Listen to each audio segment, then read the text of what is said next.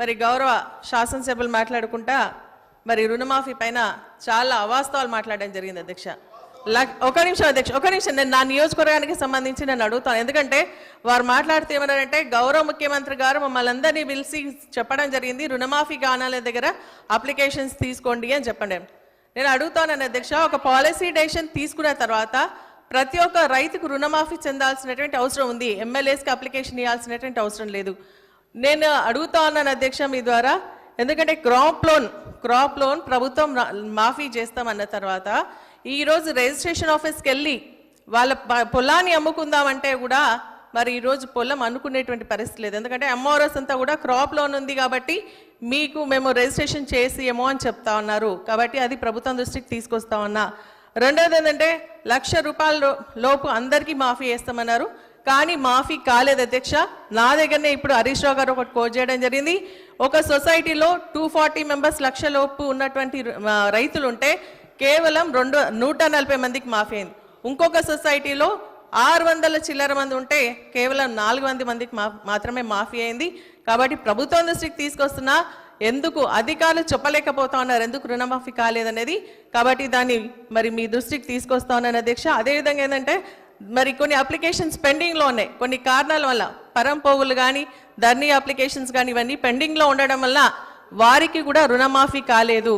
మీరు అవాస్తవం మాటలు ఇక్కడ సభలో చెప్పి మరి తప్పుదో వట్టియదు. రైతులు రుణమాఫీ కోసం మరి పాలాభిషేకం చేసినని చెప్తా ఉన్నారు. పాలాభిషేకాలు ఎక్కడ జరిగినాయి? కాంగ్రెస్ పార్టీ ఆధ్వర్యంలో పాలాభిషేకాలు జరిగిన తర్వాత రైతు సంబరాల్లో ఒక్క రైతు కూడా లేదన్న విషయాన్ని స్పష్టంగా నేను చెప్తా ఉన్నా అధ్యక్ష. మళ్ళీ ఇంకోటి, నేను గౌరవ శాసన సభ్యురాలు ఈరోజు మా సభ్యులు చెప్పిన ప్రతి మాటపై మొదలుపెట్టింది మేము రైతు రుణమాఫీ ఒక వారం రోజులు కాలేదు అధ్యక్ష.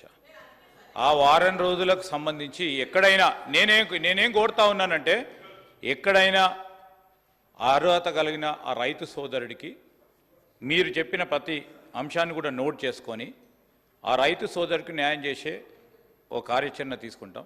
అగ్రికల్చరల్ ఎక్స్టెన్షన్ ఆఫీసర్స్ కూడా ఈరోజు మా వ్యవసాయ శాఖ మంత్రి గారు తుమ్మల నాగేశ్వరరావు గారు స్పష్టంగా వారికి ఆదేశాలు ఇవ్వటం జరిగింది.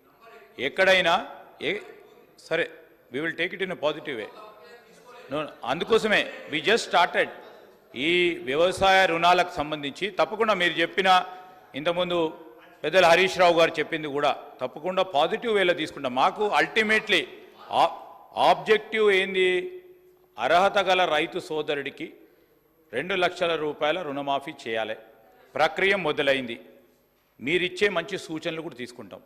మా శాసనసభ్యురాలు చెప్పింది కాంగ్రెస్ పార్టీలో, అసలు రైతులందరూ కాంగ్రెస్ పార్టీలో ఉంటే అందరు రైతులు చేస్తారు కదా పాలాభిషేకం. మా రైతులందరూ కాంగ్రెస్ పార్టీలో ఉన్నారు అధ్యక్ష. ఈరోజు ప్రతి రైతు కూడా ముందుకు వచ్చి కాంగ్రెస్ పార్టీ ముందుకు వచ్చి అంటే కాంగ్రెస్ పార్టీ కాకుండా టీఆర్ఎస్ అంటారా? పాయల్ శంకర్ గారు ప్లీజ్ ప్లీజ్, డివేషన్ అవుతుంది మేడం. వద్దు మేడం, వద్దు మేడం, నేను వద్దు వద్దు వద్దు. పాయల్ శంకర్ గారు మాట్లాడు.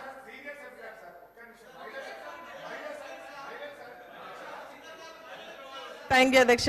ఇంకొక విషయం ఏంటంటే శ్రీధర్ బాబు గారు చెప్పినట్టుగా మేము అనేది ఏంటంటే అప్లికేషన్స్ తీసుకోమంటే నేను అందుకే కోడ్ చేయడం జరిగింది. ఒక సొసైటీలో 240 మెంబర్స్ ఉంటే ఓన్లీ 140 మెంబర్స్కి అయింది. అంటే ఇంకా 100 మెంబర్స్ అప్లికేషన్ పెట్టుకోవాలంటే ఏ విధంగా సాధ్యమవుతుంది? ప్లస్ రైతులకు మేము ఇక్కడికి వెళ్ళి అప్లికేషన్ పెట్టుకోవాలనేది ఉండదు. కాబట్టి మీరు ఒక పాలసీ డెసిషన్ తీసుకోండి, ఆఫీసర్స్ నుంచి మీరు తెప్పించుకోండి. ఎవరికైతే రుణమాఫీ కాలేదో వాళ్ళతో తెప్పించుకొని చేసుకోండి. మళ్ళీ మార్నింగ్ మన హరీష్ రావు గారు పెద్దలు మాట్లాడినట్టుగా ఏమైతుందంటే 2023 డిసెంబర్ 9th వరకే వీళ్ళు ఇంట్రెస్ట్ ఇస్తా ఉన్నారు, ఇంట్రెస్ట్తో సహా మాఫీ చేస్తూ ఉన్నారు అధ్యక్ష.